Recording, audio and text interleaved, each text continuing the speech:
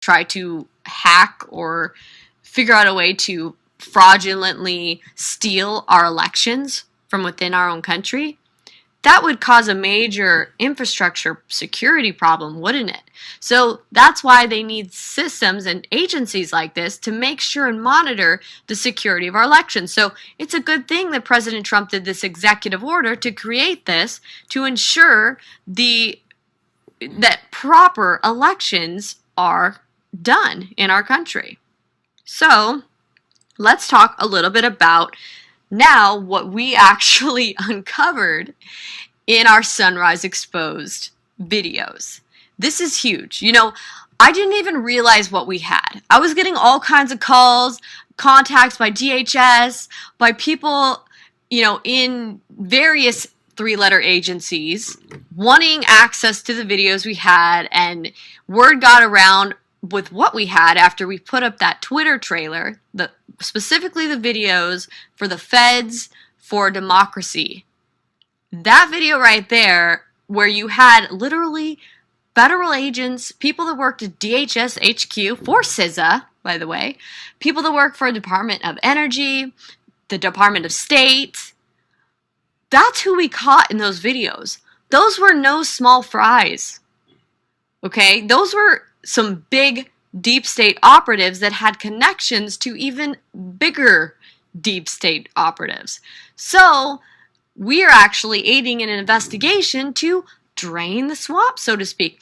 Let's go to the video here so you guys can see for yourself what was spoken about in this video, so that then it can give you some more context. And then after I show you it, I'm going to kind of give you the goods on what it all means. So let me see if I can find this.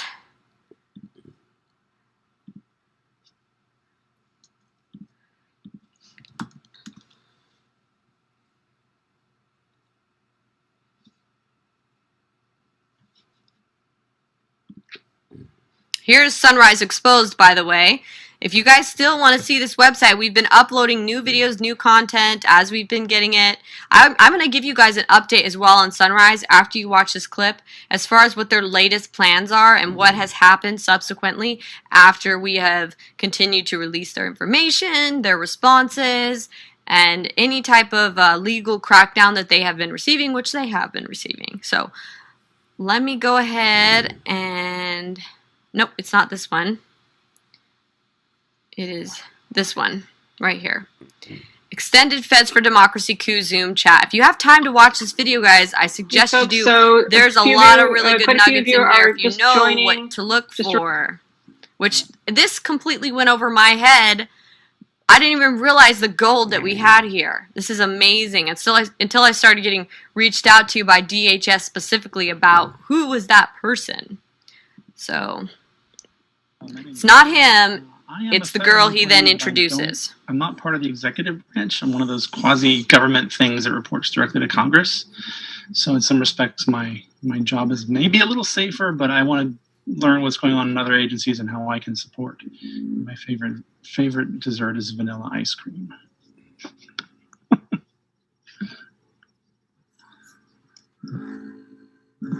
You're going to hear from Laura Robb. Laura Robb. Hey guys, my name is Laura. I am also a federal contractor rather than a federal employee.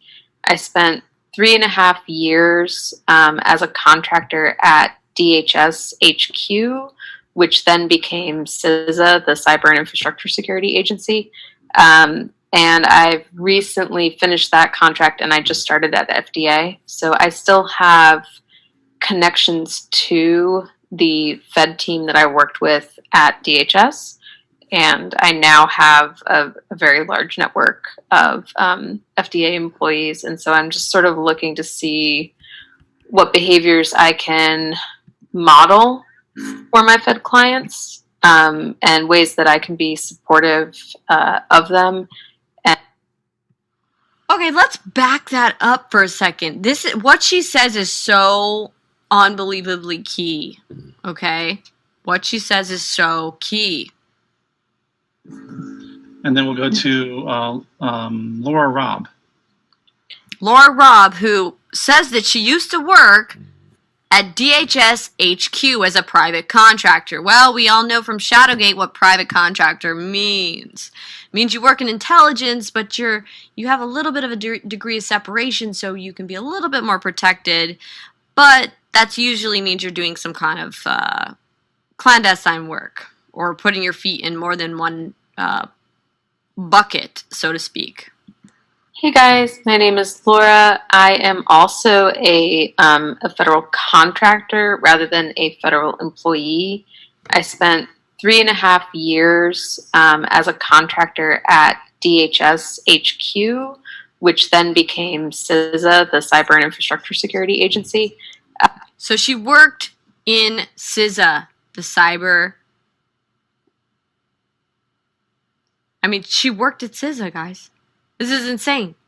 This is the agency that's supposed to be overseeing our elections for election integrity. This woman here who's in these Zoom chats with these radical progressive leftists who are talking about having a coup and insurrection and abusing their official capacity in their office that they hold to run an insurrection. This is insane. Do you understand like the magnitude here when these leftist groups are already pre-planning that they are going to have street actions to claim that they're going to be having a counter coup against Trump? Why did they pre-plan to have a counter coup against Trump?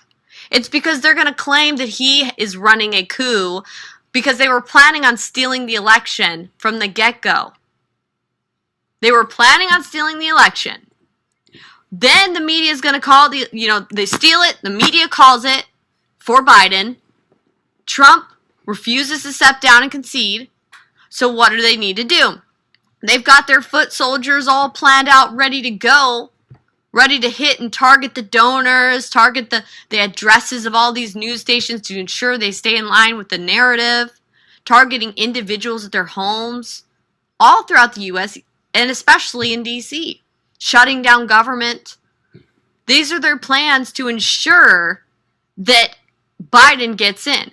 So when you have people who work Department of State, especially like this woman here, Laura Robb, who says that she worked at DHS HQ for CISA, which CISA is the agency that's very high level that oversees our election integrity systems to make sure we have infrastructure security so we don't have undermined elections. This woman here who's talking with these radicals about running a coup on the president had access to information that CISA was using to secure elections.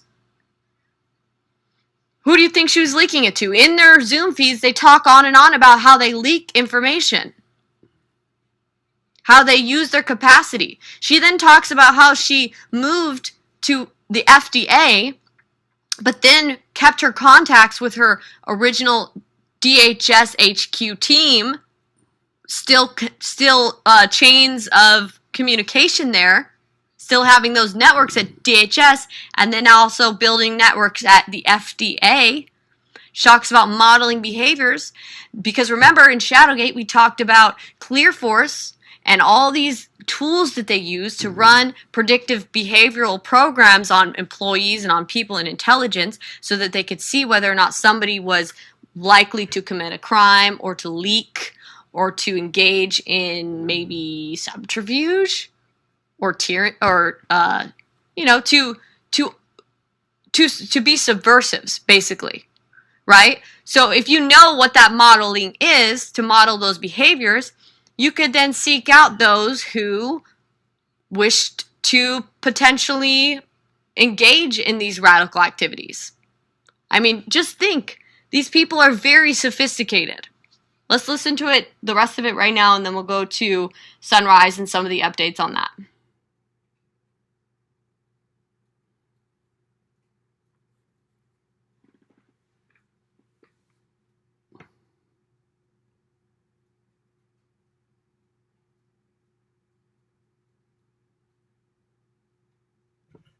of FDA employees, and so I'm just sort of looking to see. Favorite dessert is vanilla ice cream. And I just started at the FDA, so I still have connections to the Fed team that I worked with at DHS, and I now have a very large network of FDA employees, and so I'm just sort of looking to see what behaviors I can model for my Fed clients, and ways that I can be supportive of them, and just sort of how can I make. So there you have it, guys. That is Laura Robb, a former DHS employee that worked in CISA, who then now communicates with people at DHS, who then still works at the FDA and is building networks there to undermine the President of the United States, talking with her Zoom chat buddies at Shutdown DC, Sunrise Movement, Black Lives Matter, and other radical organizations, plotting their coup action against President Trump. There's that. So let's talk a little bit about the Sunrise Movement and what's been going on with them. So Sunrise, as you may see, it's been pretty quiet, hasn't it? It sure has been pretty quiet on the Sunrise front. A lot of them have kind of not been out rioting right now. Well, it's because they have put out a memo that because they can try to declare this Biden victory, that this weekend they're actually going to be partying outside the White House, and you can see the videos of them partying outside the White House in D.C. I'll show you right now. 2020.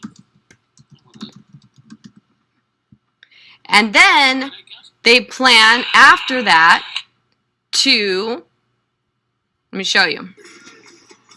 After this, they plan on Monday to start again protesting their actions.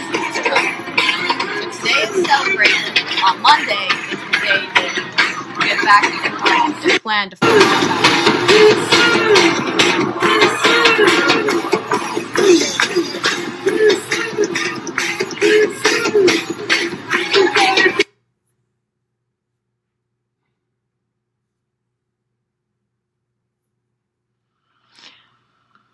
So there you have it, okay? So, also, the Black Lives Matter groups have been being accused by the DC Metro Police of being involved in the stabbing of Enrique Torres, the Proud Boys leader, and Beverly Beatty, the girl who poured black paint over the Black Lives Matter street art that was put there by the city. So she was stabbed, and Enrique was stabbed, and a couple others were stabbed by a group of masked assailants wearing black. And we provided information to the authorities, videos of them talking about knowing about them being there at the location prior, and other people providing information. Lo and behold, they then are being investigated, and the DC police has released a statement on that. So that caused them to get very paranoid. We had a shutdown where their communications went pretty silent.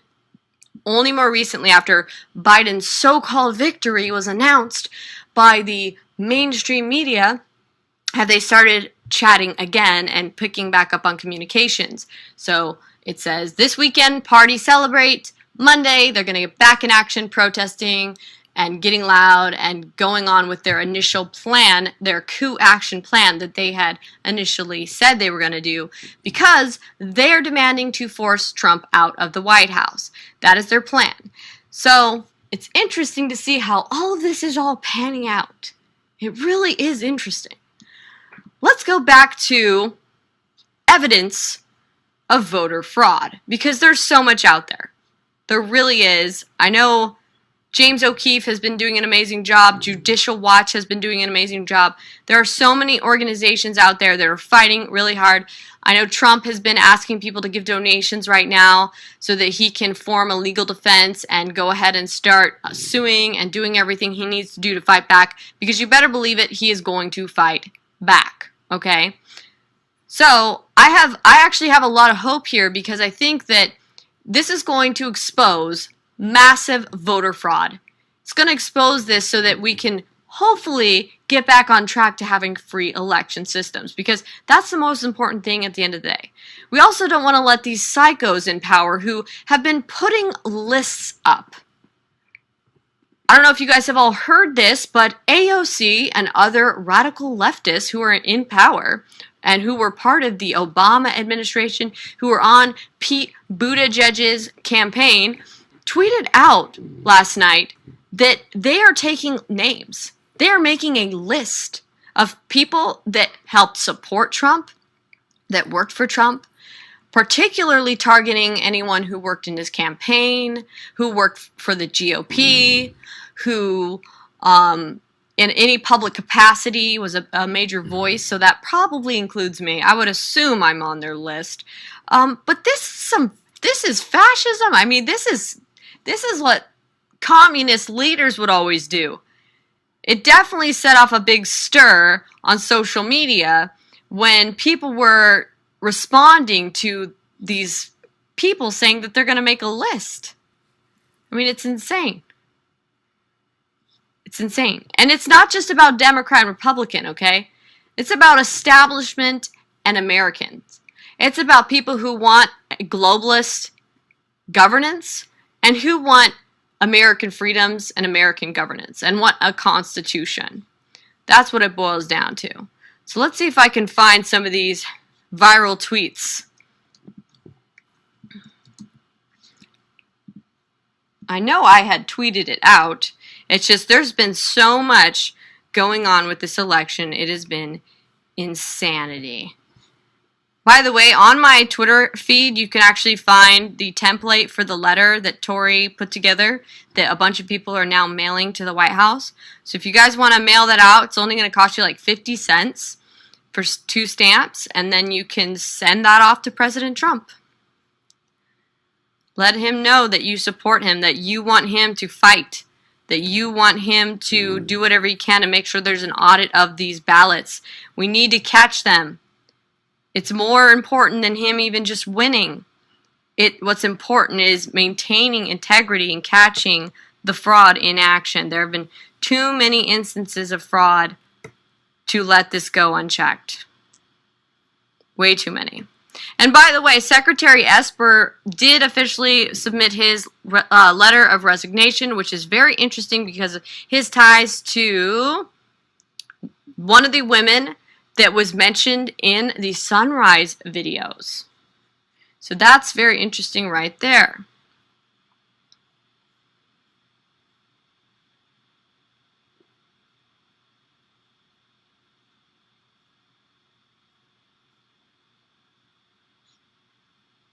Let's look at this press conference here where the Michigan GOP chair gives an update on election while I try to find those other tweets about the clerk list. Came forward and said tabulating software glitched and caused a miscalculation of the votes. Since then, we have now discovered that 47 counties use this same software in the same capacity. Antrim County had to hand count all of the ballots, and these counties that use this software need to closely examine their results for similar discrepancies. The people of Michigan deserve a transparent and open process. If all this wasn't enough, in Antrim County, ballots were counted for Democrats that were meant for Republicans, causing a 6,000 vote swing against our candidates. Okay. So, I believe I know where it is.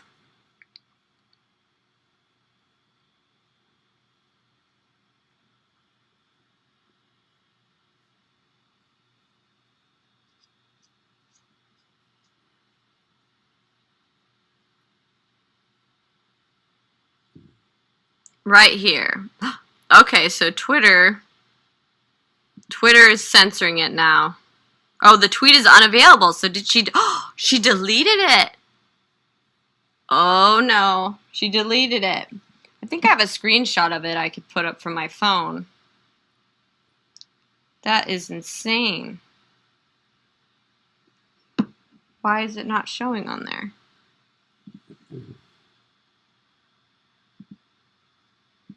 was Emma. Okay, I'll read it off for you because for some reason it's still showing up on my phone here. It says,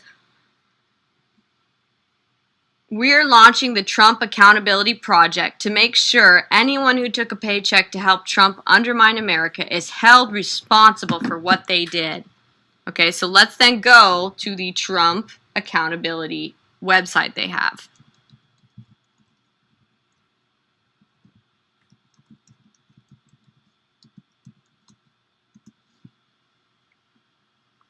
There it is, right there.